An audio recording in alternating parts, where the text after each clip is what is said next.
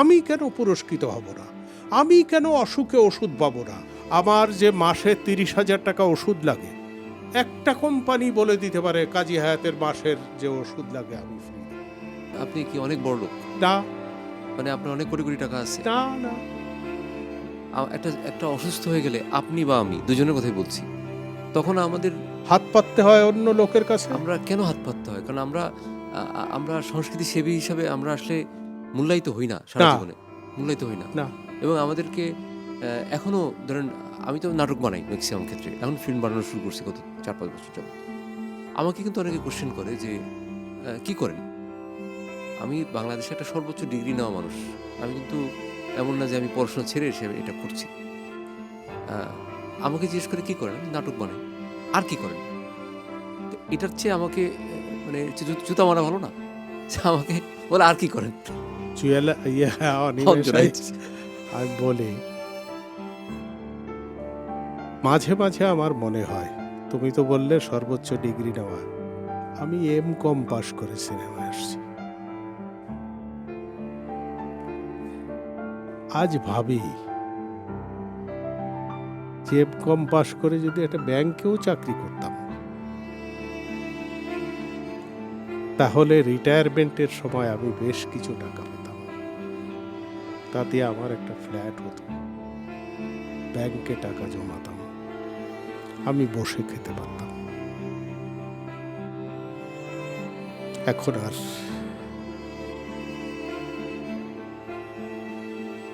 তা নেই। কিন্তু হায়াত ভাই, সেটা ভাগ্যে আমার জোটে নাই। আপনি সেই দুঃখটা আপনি পাবেন না। কেন কি?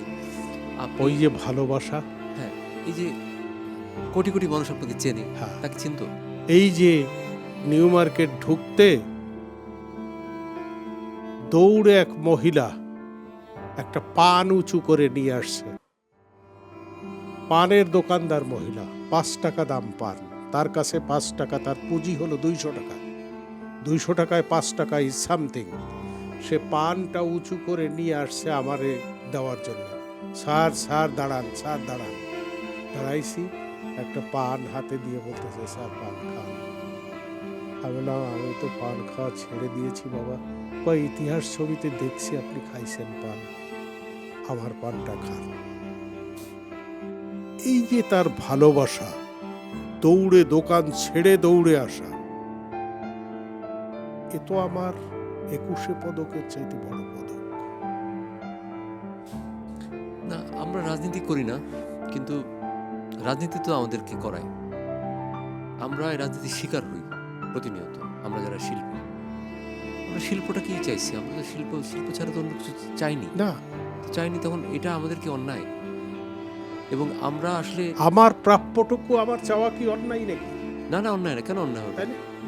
কিন্তু আমি যা কন্ট্রিবিউশন আমার দেশের প্রতি, দেশের লোককে আমি যত সজাগ করেছি, যত জাগ্রত করেছি, যত তার অধিকার সম্পর্কে সচেতন করেছি, আজকে আমি মনে করি 5ই আগস্টের যে আন্দোলন হয়েছে তার পেছনে আমার অবদান অনেক বেশি।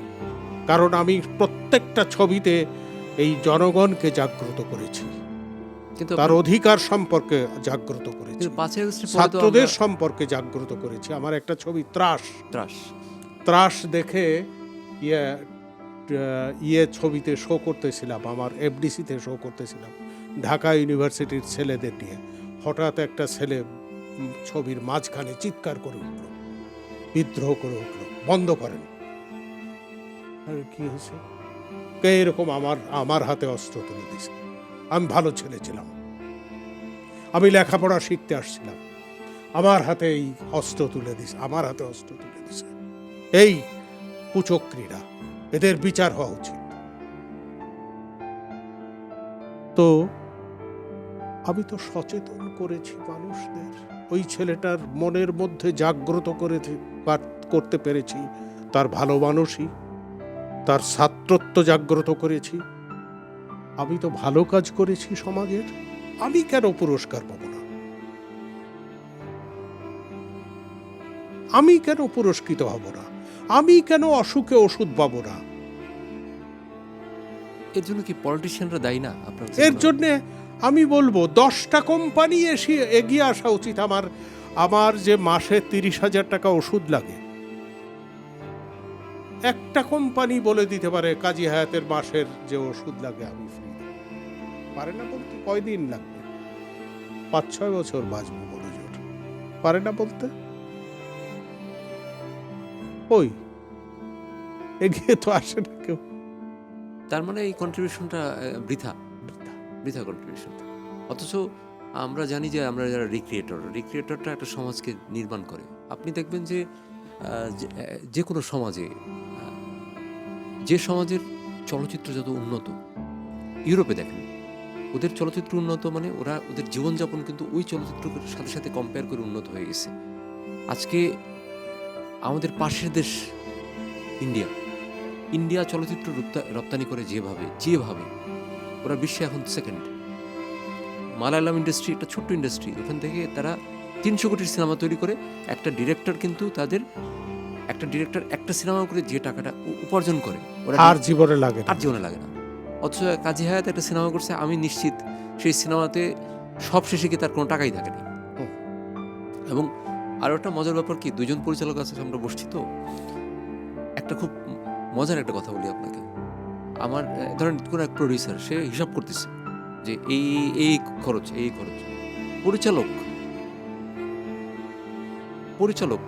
পরিচালকের পাশে এটা সে কিছু লেখে নেই। তো আমি তো বলতে, আমার তো আত্মমর্যাদা বেশি, আমাদের তো ওই জায়গাটা বেশি আছে। তো আমি পরে আমার অ্যাসিস্ট্যান্টকে বললাম যে আচ্ছা তোমার নামেও লিখলো যে তুমি পাবা এত টাকা, যে প্রোডাকশন বয় ও এত টাকা, আচ্ছা আমার নামের পাশে কিছু লেখে নেই কেন?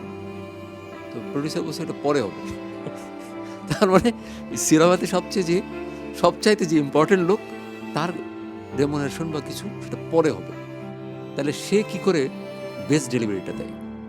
আমি তো ডেলিভারি না, আমরা তো কি করি, আমরা তো সিনেমার জন্য প্রাণ, মানে আমাদের একটা সিনেমা শুরুর থেকে শেষ পর্যন্ত আমাদের আত্মস্থ করি, সেই সিনেমাটা গিলে ফেলি এবং সেটা ডেলিভার করি।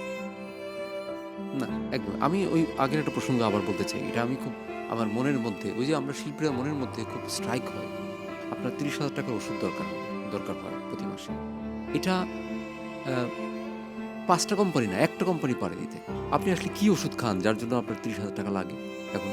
এবং এটা আমারও প্রোগ্রামের মাধ্যমে আমি বলতে চাই, বাংলাদেশে অনেক বড় বড় ওষুধ প্রতিষ্ঠান আছে, তাদেরকে আমি বলতে চাই যে আমাদের ক্ষণজন্ম একজন মানুষ কাজী হায়াত, ওনাকে এইটা আজীবন যদি দিয়ে যায়, তাদের কিছু কমবে না, বরং তারা আরো সম্মানিত হবে, তারা আরো সমৃদ্ধ হবে। তো আপনি কি ওষুধ খান একটু যদি বলেন, তাহলে আমার প্রোগ্রামের মাধ্যমে এটা আমি তাদের কাছে উপস্থাপন করতে পারি। কারণ এটা আমার ইনসুলিন লাগে, প্রচুর ইনসুলিন নেই, হার্টের কিছু অসুখ নেই, আর ইদানিং একটা অসুখ হয়েছে, মাথা কাঁপে, তার জন্যে 4-5টা ওষুধ খাই, দিন মোহাম্মদের প্রেসক্রিপশন করে। 1,030 টাকার মতো ওষুধ লাগে। এই ওষুধের টাকা এই ওষুধ কিনতেই আমি একেবারে মানে নিজেকে নিঃস্ব করে ফেলি, মাঝে মাঝে হাত নিঃস্ব হয়ে যায়।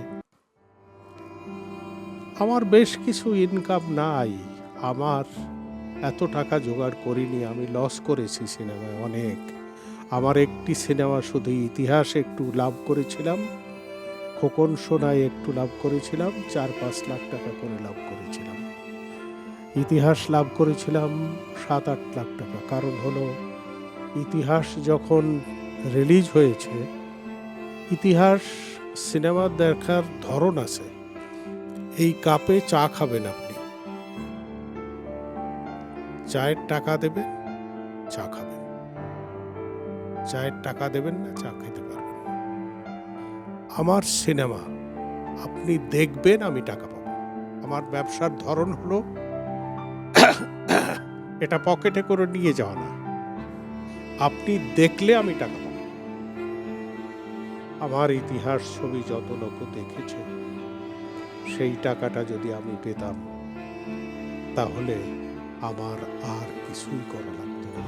আজকে টেলিভিশন কোম্পানিতে এসে বলা লাগতো না যে আমি ওষুধের টাকা পাই না। এটা শুধু দুঃখজনক না, এটা চরম দুঃখজনক। এবং আপনাকে কিন্তু আপনাকে শ্রদ্ধা করে না, সম্মান করে না এমন লোক খুব কম।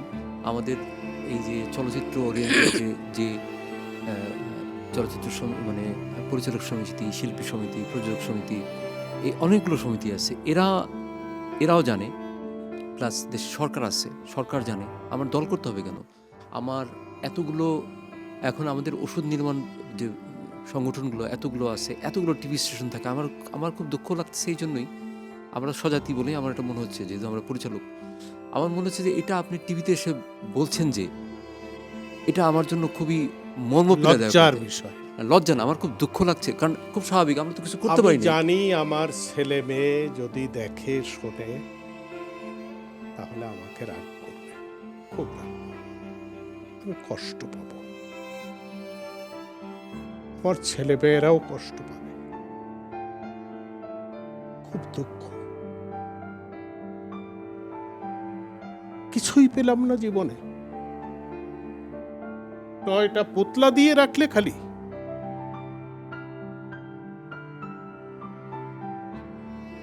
নয়টা পুতলা আর অসংখ্য পুরস্কার সামাজিক ডেকে নিয়ে দেয়, কি লাভ? ওই সব পুরস্কারে কি লাভ?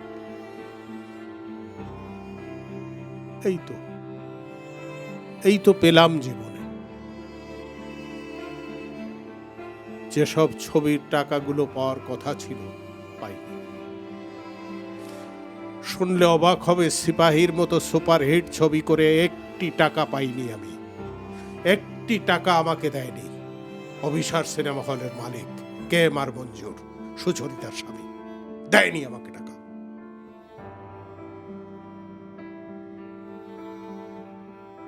দুঃখজনক না? কেন টাকাটা দেয়নি আপনাকে? চুরি করেছে, বারবার ঝগড়া করেছি, দেয় নাই,